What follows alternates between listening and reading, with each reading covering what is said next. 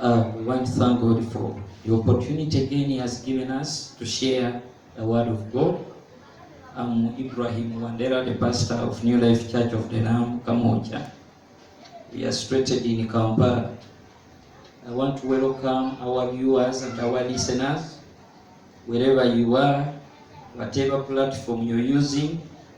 I know there are those on YouTube, there are those on Facebook, Streamlining Life, and those who are on WhatsApp. Every media that you're using, I greet you all in Jesus' name. I want to thank the Lord that He has kept us alive amidst this pressure, amidst what we are going through. I know we are in a time when life is not easy. You are not free to do things you were doing freely before the pandemic started. But above all, the Bible tells us to thank God in all situations. So in any way, we thank God for even in this situation that He has kept us alive up to this moment. To continue with you what we shared last time, we're sharing about judgment before the judgment seat of Christ. And we reached a point when we looked at the foundation. And the Bible told us about the foundation, which is Jesus Christ, the foundation that was laid where all of us are building. And we shared and said we need to be careful the way we build on this foundation. The Bible told us that there are those who put their gold, others put their silver, others put their precious stones. However, there are also those who are putting their wood, those who are putting their hay, those who are putting their straw.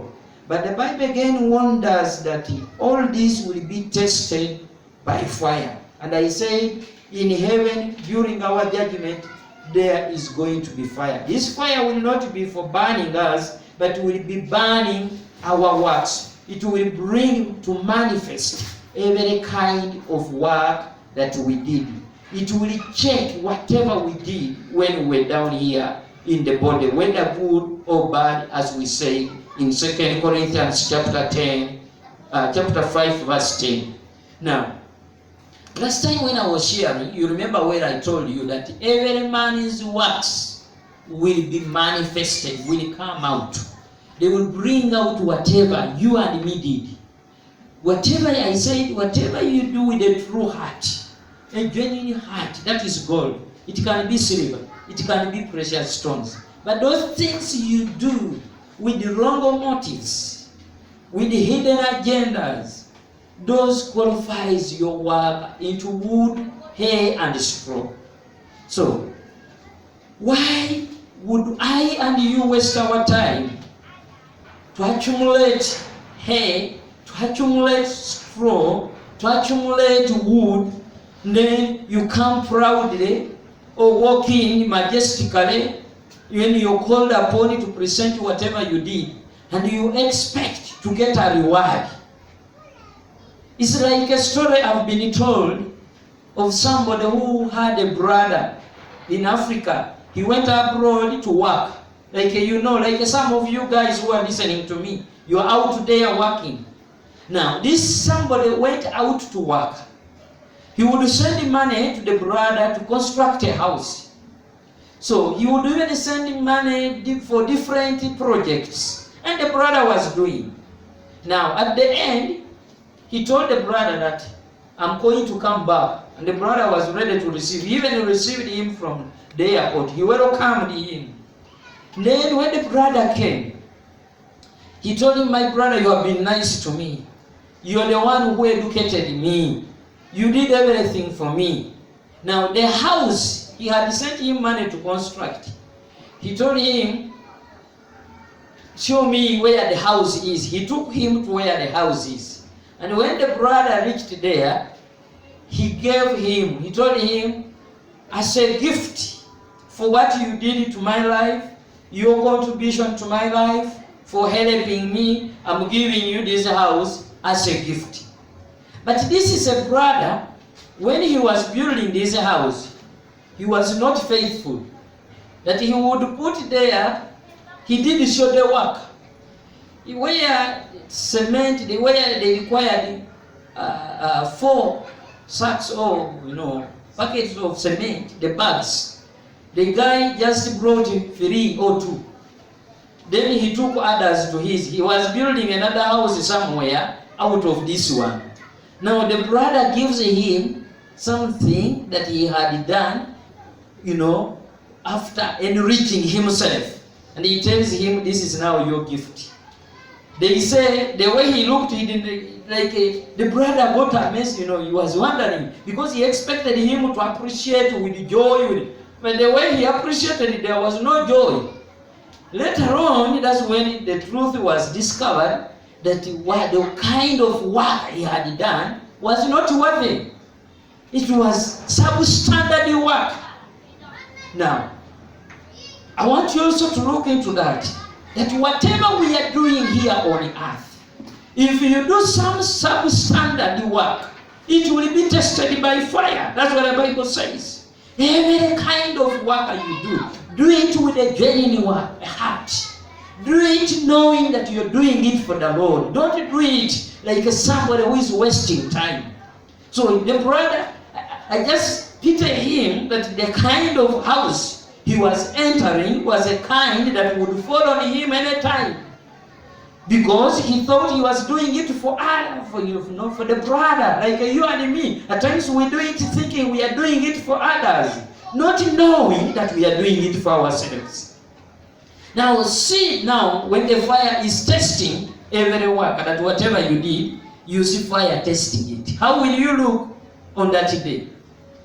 I just come up, I'm just imagining that on that day, as they will be calling one by one of us, you come in, but as you are coming in, what you did, for the Bible says, when our works will follow me. Now, I just see you coming in, as they invite you, as they announce your name, to come and receive your reward. Remember on what I say, that there is a platform, in Greek they call it Bema. Now, they announce your name, and they say, let us now invite our brother, it can be Jabez, and everyone claps. But as you're coming on the podium to receive your reward, at the same time, your works also follows you, the things you did. We can see now your things coming in, lorries and lorries. And everyone says, that man served God. Oh, that man did a great work. All those things are coming out. All that's what he did. But after all this coming in, the Bible says they are tested by fire. Now, the litmus paper there will be fire. Then they put in everything that you did into fire to see what survives. It is a pity when you offload sacks and sacks, only to be pushed into fire and everything turns into ash. It's a pity. But it is something wonderful if what you bring in is pushed into fire and gold manifests, silver manifests, precious stones manifest. My brother, that day will be yours. It will be a day of joy. But that only applies to people who have served God with a genuine heart. Not people who are after other things. You're serving God with one heart here, and the other heart is the other side. The Bible tells us, on this day of judgment, God will bring out secrets. And on our topic, on where we are on the heading of today, we are looking at what will be judged on the judgment seat of Christ. What will be judged? What are the things God is going to judge? What are the things God is going to look into? Now, number one, we are looking at secrets. The Bible says in the book of Mark, chapter 4, verse 22. That's where I am. Mark chapter 4, verse number 22. The Bible says, for whatever is hidden is meant to be disclosed, and whatever is concealed is meant to be brought out into the open. If anyone has ears to hear, let him hear. This is what Jesus was saying. That this everything that looks hidden will come out, will be disclosed. Even what is concealed. Let me use this other version and hear what it says. This is King James, New King James. Mark chapter 4 verse 22. This version of mine says, "For nothing is hidden except to be made manifest, nor is anything secret except to come to light." There's nothing that is hidden that will not be disclosed on that day. And there's nothing that is concealed that he will not bring out to light. Meaning on that, because we shall be like God. God is all-knowing. There's nothing you can hide. So we shall also have that potential in us of knowing everything. You look up to somebody and you scan all his life.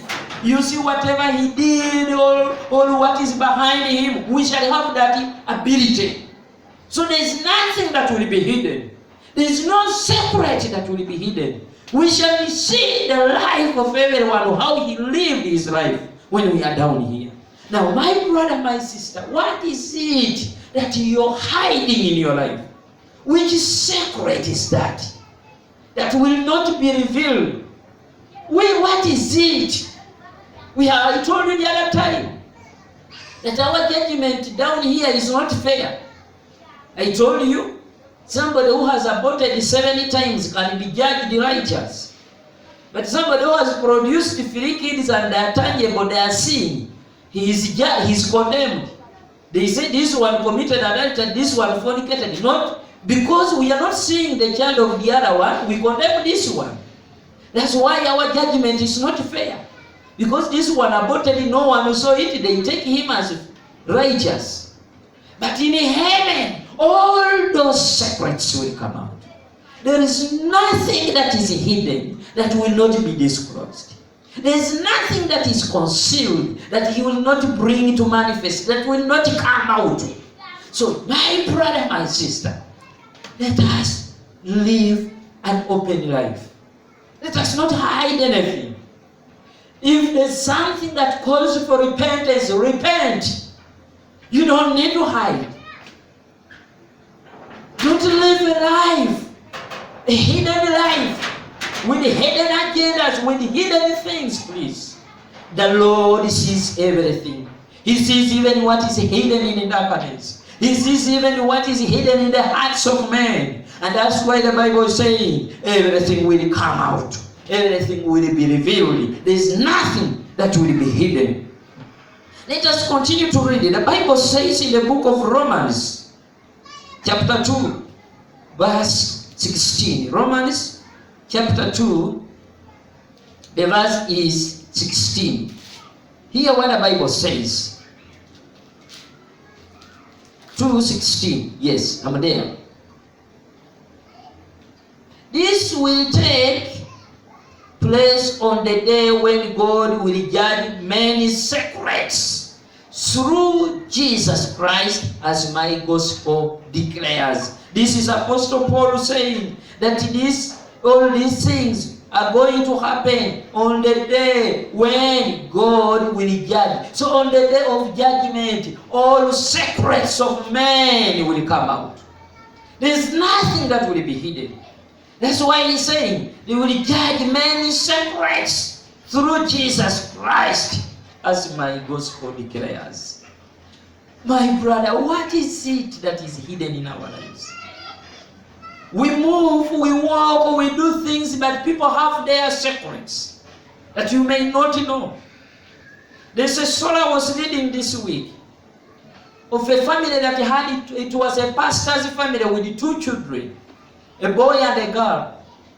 Now, the pastor felt something telling him to install a camera at his home. But the wife said, no, let us first do the other thing. They had their projects. They were doing project after project. Said that the camera is not what we need right now. Let us first fix this, then we shall come to the cameras later.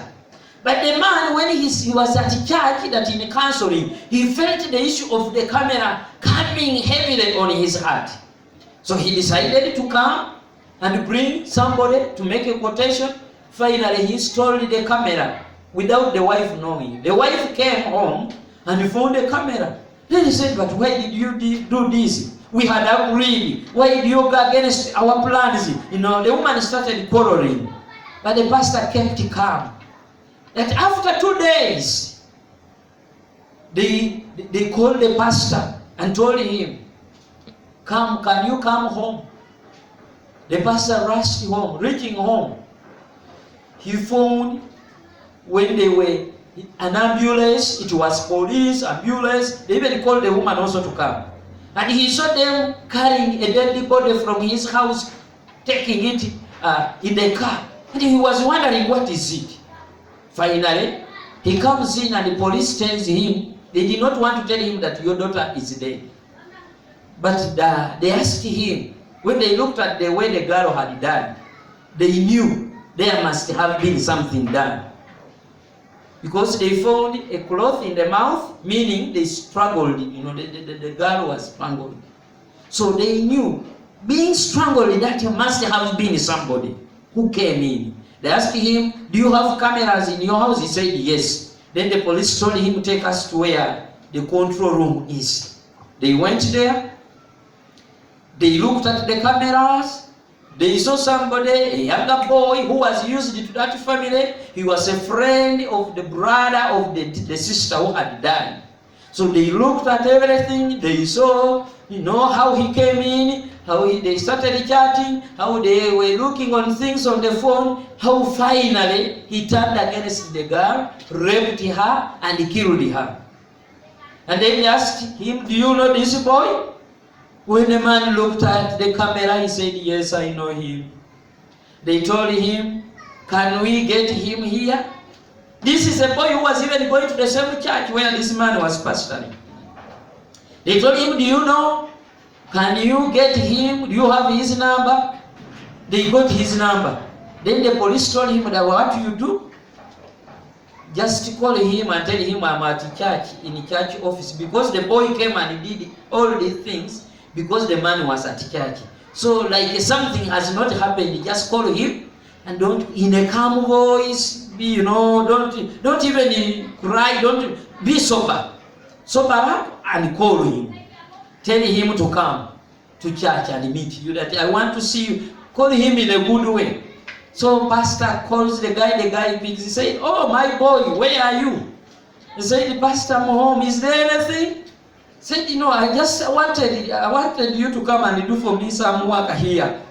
And the boy said, okay, let me come in 10 minutes time. And then the police told him, the man rushed very fast to the office. And the police also followed. So they kept their cars somewhere. One police officer went and was around in the compound waiting to see who comes in 10 minutes time. So finally the boy comes in. I'm telling you this story, I read it, it was a long story I shared with some of you on WhatsApp. But I know some of our people don't read.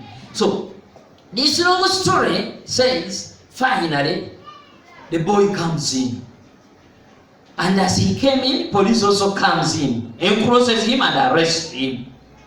Then they took him to the scene of the crime.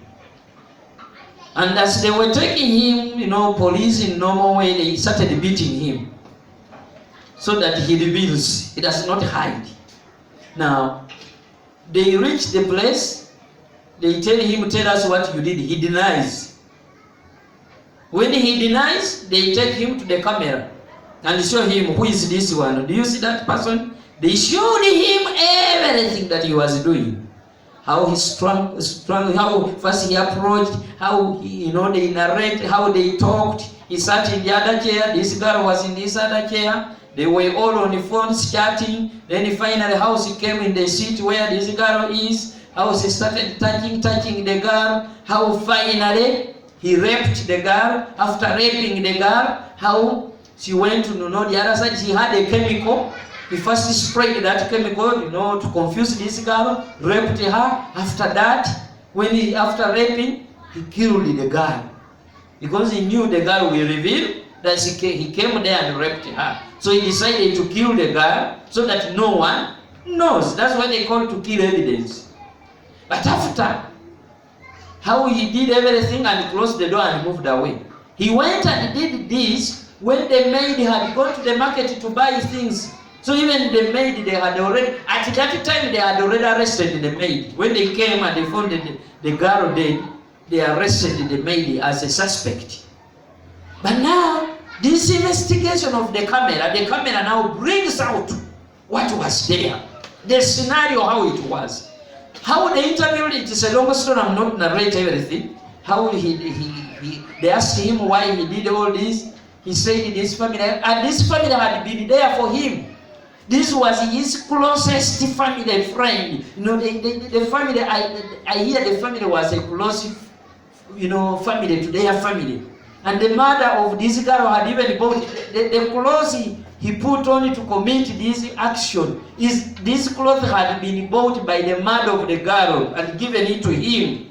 So when the woman even saw it, she cried, she remembered the whole story. How this boy has been nice to them. How? But this is the boy who had turned against them. This is the boy who had killed their daughter. The only daughter they had. It was funny, so sad, so painful. You can't imagine, you can't think about it. But it had happened. Now, finally, when they interviewed the boy, how he said he was one time there, the girl was not well dressed, the brother was there. So as they were talking, the girl came closer and the breasts of the girl, hit the man, these boys, and the boys' chemicals, reacted, and he thought, I need to come maybe when there is no one. So that's how he came. But at the end of all this, what am I looking at? This guy left with his secret. No one knew that he had killed. Actually, if the cameras were not there, it would have been harder for them to discover who killed this guy. That's what I'm saying. People live with secrets in life. You know what you did. You know the things you have done. You know the things you have concealed, as the Bible says. That there is nothing that is concealed that will not come to light. Here, because people have limits, there are certain things they don't go to, they don't reach conclusion. They investigate and end somewhere. But heaven is watching everything that happens. Heaven is recording everything that happens. You and me, we shall not escape. There's nothing that is hidden that God will not bring to manifest. Every secret will come out. That's why I'm saying it's better we put our lives before these things happen. Because when you have repented, at least you will not feel ashamed. Because I even mentioned it before you go, you know it. But now when you have not mentioned it, it is coming for the first time. It will be something else. Nothing that is hidden that will not be revealed. Let us continue. The same book of Romans chapter 14. Romans chapter 14 the verse is 12. Chapter 14 verse 12. What does the Bible say? Romans chapter 14 verse 12. The Bible says, so then each of us, let us stop passing judgment on one another. Instead, make up your mind not to put any stumbling block or obstacle in your brother's way. Hear that. He says, on that day, everyone will give an account to God. I was so when the police were, when I was reading that story, how the police was asking this boy to give account. How the thing started. The boy had to tell them how he had been there 2 days before, how he felt attracted to this girl, how he decided and said in his heart, I will come back when no one is there, and how even that day he said, I even called before to ask her, are you at home? She said, yes. I asked her, are you alone? She said, yes, I am alone. That's how he came. He had planned all this in his heart. This way is secret. Finally, when they went to dig deeper, the police started thinking that this guy, this can't be his first. The way he did this act, it can't be his first. They interrogated him further, and the guy said he had killed somebody at university where he was schooling. There's a girl he went and also raped and killed. He said he had joined an occult that trained them how to kill. You rape and you gang rape and kill, and you hide evidence. The boy revealed all these things. They even told them in the room where it was. So they started now getting more things that was behind this boy. But this family where this boy was coming, no one knew it.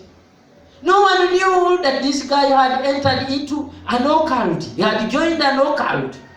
He had, joined a gang or whatever, a gangster of people who were doing, who were hard criminals, who were committing tough things, out there. No one knew it. He had started living his secret life. But the Bible says, no secret will not be revealed. Every secret will be revealed. That's why I'm saying, on this day of judgment, the Bible is telling us, we shall give account of everything. And therefore it warns us that, I love this verse 13, let us stop. They are telling us, yes, you might have done something. Maybe there's something you committed. The Bible appreciates that. It knows it happened. But they are telling you, stop now. Let us stop passing judgment on one another. Instead, make up your mind not to put any stumbling block or obstacle in your brother's ways. There are people who are good at being a stumbling block to others. You put an obstacle before others. You block other people's opportunities. You block others. That's why the language we have here in Uganda of mafias. People who have made themselves to block others, to suffocate others, to sit on others. The Bible is telling us, let us not do that. Let us not. Let us stop. Don't block anyone. And you saw what happened in America now. There is a word that has come in. That put off your leg from my neck. There are those who are holding the necks of others. When I looked at the preacher who preached during the mass, he talked about that the killing of George has not just, the putting of the knee on the neck of George, it has not just happened in America. It happened in many years. He mentioned 401 years ago. And you people have been holding us, even in schools. You're putting your knee on our necks. We struggle to breathe, but we can't. That we have tried in schools, we also perform better than you people. But because your knee is on our necks, we can't come out. That, by the way, blacks are doing well in America. They tell you best doctors, best weather blacks. Look at those champions in Olympics. Those are blacks. Michael Jordan, those guys. Oprah, that lady, powerful names. When you go to golf, you go to tennis. Those are blacks. He said, but we have struggled all along when your knees is on our neck. We can't breathe. Now they were saying, take away your knee so that we begin to breathe. Yes. Now, today there is that saying that even here where we are, check yourself, you might be kneeling on somebody's neck. There's somebody you're standing before. Some of you You stop others to get chances and opportunities. When you know somebody is going to get an opportunity, you block it. You go in the way. Please, that is bad. The Bible says, don't stumble. Don't be a stumbling block. Don't block anyone. Because all this will come out on the day of judgment. There's nothing that will be hidden. There's nothing that God will not bring out. You are out there plotting how to kill people, plotting how to steal, plotting how to do other things. My brother, my sister, what I want you to know is there's nothing hidden that will not be manifested, that will not be brought to manifest, that will not be revealed, that will not be disclosed. God will bring everything to light. Let us read 1 Corinthians chapter 4, verse 5. 1 Corinthians chapter 4, verse 5.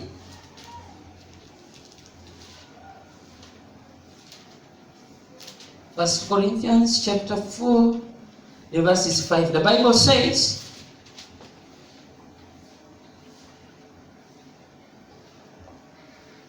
therefore, judge nothing before the appointed time.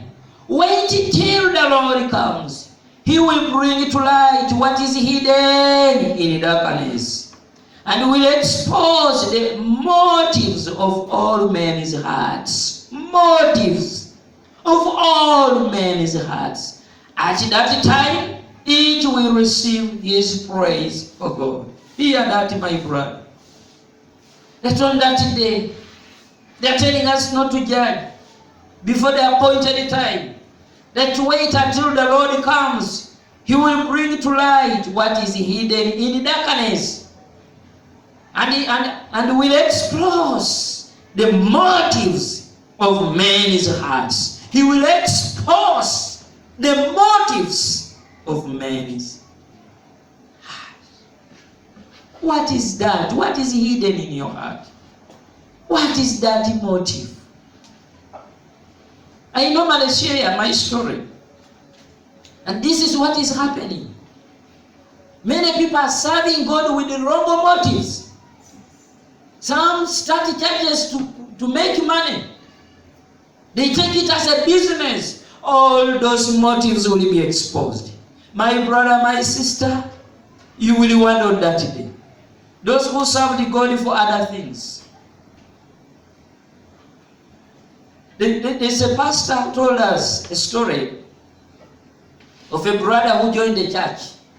And when he joined the church, he came after God. So he started now befriending the pastor because he knew this will help him arrive where he wanted to arrive. The issue was a girl. Joined the church after God. He's after the girl. He started giving big sums of money in the church because he wants, and he became a darling of the pastor. So time comes, he begins. He thought when he tried money, the girl was not moved by money. The girl wasn't moved by money. The girl was committed, spiritual. Our sister was serious with the Lord. So when he saw that the girl is not moved by money, and the only thing he wanted to do that would move the heart of the girl, he started also going spiritual. Now he told the pastor, you know what? Give me one day I also preach. I feel like a preaching. Kumbe is feeling like a preaching because he wants to preach and impress the girl. To show the girl that I can also, spiritual, I'm okay. So the pastor looked at first read his mind and this preaching, I doubt it. So he told him, do you know what? If you want to preach, organize on Sunday, I'm going to give you the opportunity. So the brother came when he was smartly dressed. I think they want dressing today. Smartly dressed to kill. He came knowing now today is fire. He was very fiery. But the issue is to impress. He came to impress the girl so that he wins the heart of the girl. So as he came, The girl was there, the pastor was there, but the pastor told the programmer, when the time of preaching comes, invite me. So the programmer was also so specific and said, let us invite our pastor. Because the brother was not our pastor, he had to sit. But when the pastor came on the pulpit, he started preaching. So the brother was wondering, this man, he's told me to prepare. I have prepared. He's not inviting me. He's not giving me the pastor preached up to the end. Listen this. He was disappointed where he was. But what he did was, I will just go to the pastor immediately after. So immediately after the service, at the end of the service, he approached his pastor and said, Pastor, you told me I had prepared. I was just waiting. I was warming up. I thought when they invited you, you would invite me. The pastor told him, we have told people to come back. We have an evening service. You come. Come, be still with your word. Prepare it. And the brother, okay, there at least he felt some kind of, relief. But when the time came, the pastor took a guitar. And he told the members who had come, let us move. They took him to the marketplace. And then they started playing the guitar. And those who were in the market came around. And the pastor said, we have a preacher who is going to preach. When he invited the brother came and told the pastor, I did not tell you here. I wanted the church. I didn't tell you about here, the market. Why? Because he knew that he would not impress in the market. His motive was in the church. The Bible says he will expose. All the motives of men will come out. There's no motive that will be hidden. My brother, my sister, you might be out there serving the Lord. But what is the motive? What is it that is hidden in your heart? That we don't see. No one even knows. Even your neighbor does not know. But you know it. What is it? Because the Bible says, every motive will be exposed. Every motive will come out. We need to check our motives as we serve the Lord. We need to check what is hidden in us. My brother, my sister, this is serious. To appear before the Lord. And he brings out your secrets. I've been telling people my story. My background, I was a Catholic. And our home, our family, we are too religious. We were too religious. Catholics, 311. My grandfather was a catechist. And we grew up in that kind of life. When somebody died in our family, the priest would come, the choir would sing. After that, the treatment they gave them after the burial, they received good treatment. They would give them chicken, meat, sodas, and you know that village life. Oh, to get an opportunity to eat chicken, maybe when you have got a Easter or Christmas. It's the same story with the meat. So wherever I would see these people when I was still young, eating the meat, the chicken, giving them sodas, I said when I grow up, I have to join the choir. What was the motive? The motivation was the meat, the soda, and the chicken, and the rice.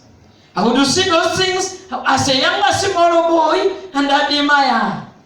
I started setting my agenda very well that one day I have to be in the choir.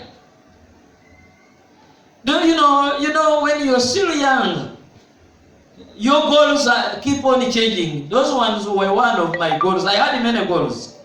I remember when I was still young, there are those village musicians with the local drums. They would come maybe at a funeral rite and drum the whole night and people dance. And you would see people giving them money because, as they drum, they would even walk door to door. As they give them millet, sorghum, money, what? I said when I grow up, I will have to be a drummer also, so that I do this. Those wrong goals And we used to have when we were still young. I also had them.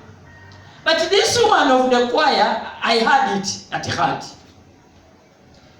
But unfortunately, the Lord met me before I fulfilled it. Before I joined that choir, the Lord made me. He met me when I was at the age of 14. When I was now also coming to that level of joining the choir, that's when he met me. And when he met me, I did not regret much, because where I went there was also choir. So I said, after all, even if I've lost the choir of the other side, I will join the choir of this side.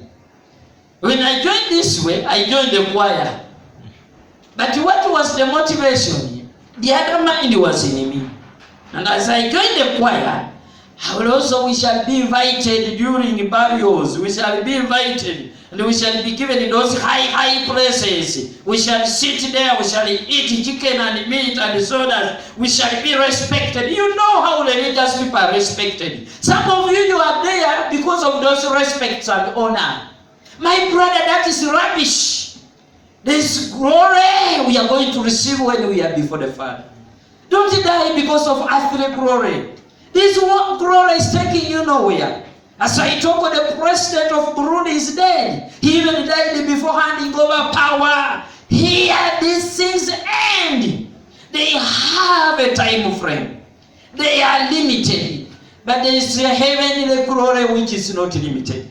There is a heavenly glory that is forever and ever. I rather lose the glory here and I gain the glory the other side. I rather be nobody here and I become somebody there.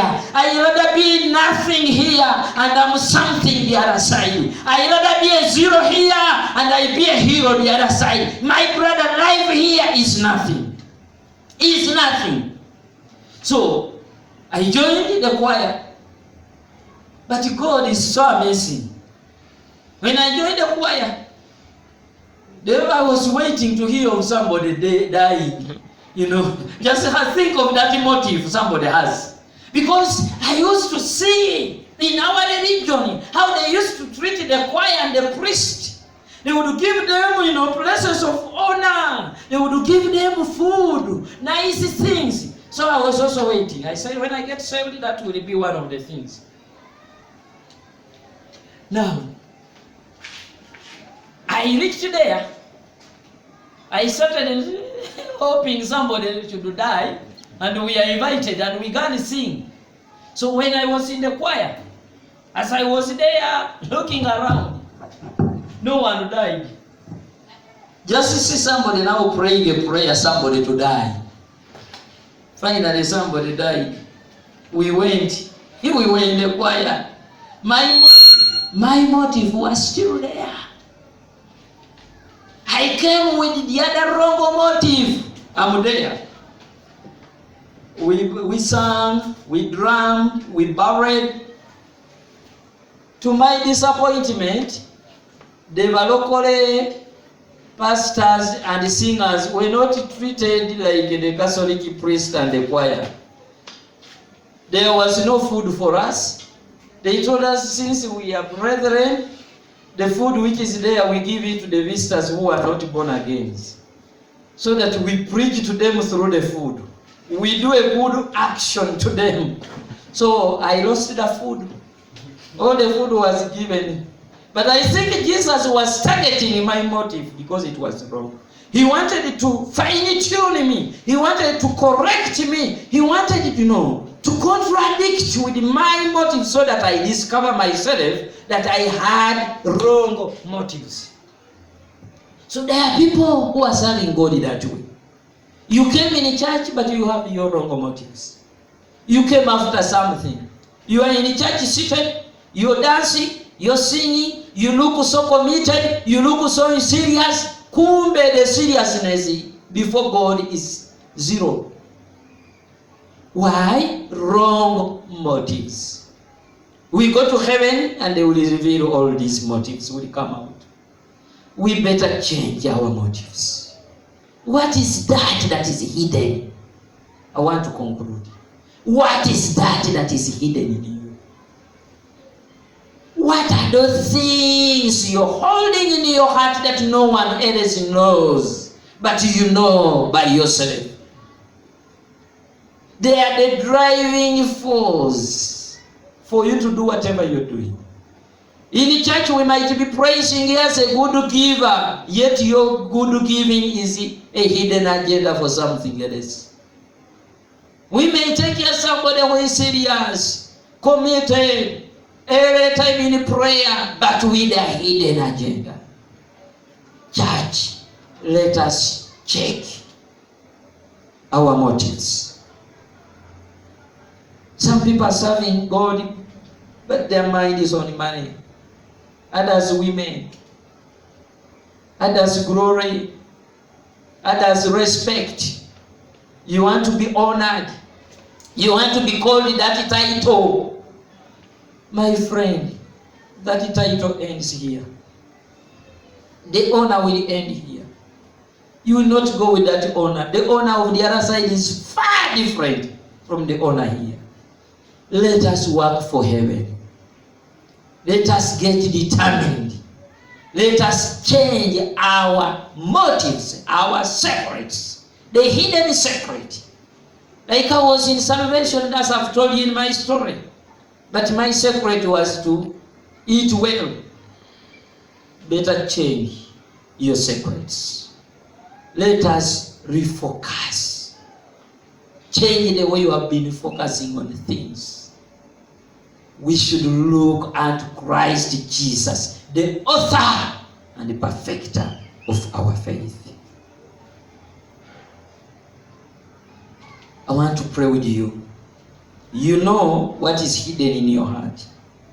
You know what your mind is on. You know your secrets. But I want you to commit them before the Lord. You can repent. You can put your life together before the Lord. You can put your things right and say, God, we are sorry. You can even change your focus and begin now doing things the right way. I know you might have been focusing on things, on money, on glory, on your heart, but you can now change. Father, in the name of Jesus, we come before you. We are sorry. Instead of doing the right thing, we decided to do the wrong things. Our motives have been wrong.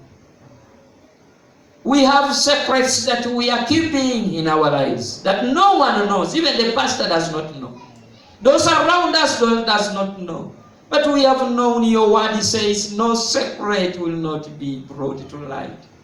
Every secret will be exposed, O Lord. Every secret will come to light, O God. Father, we pray in the name of Jesus, may you forgive us, O God.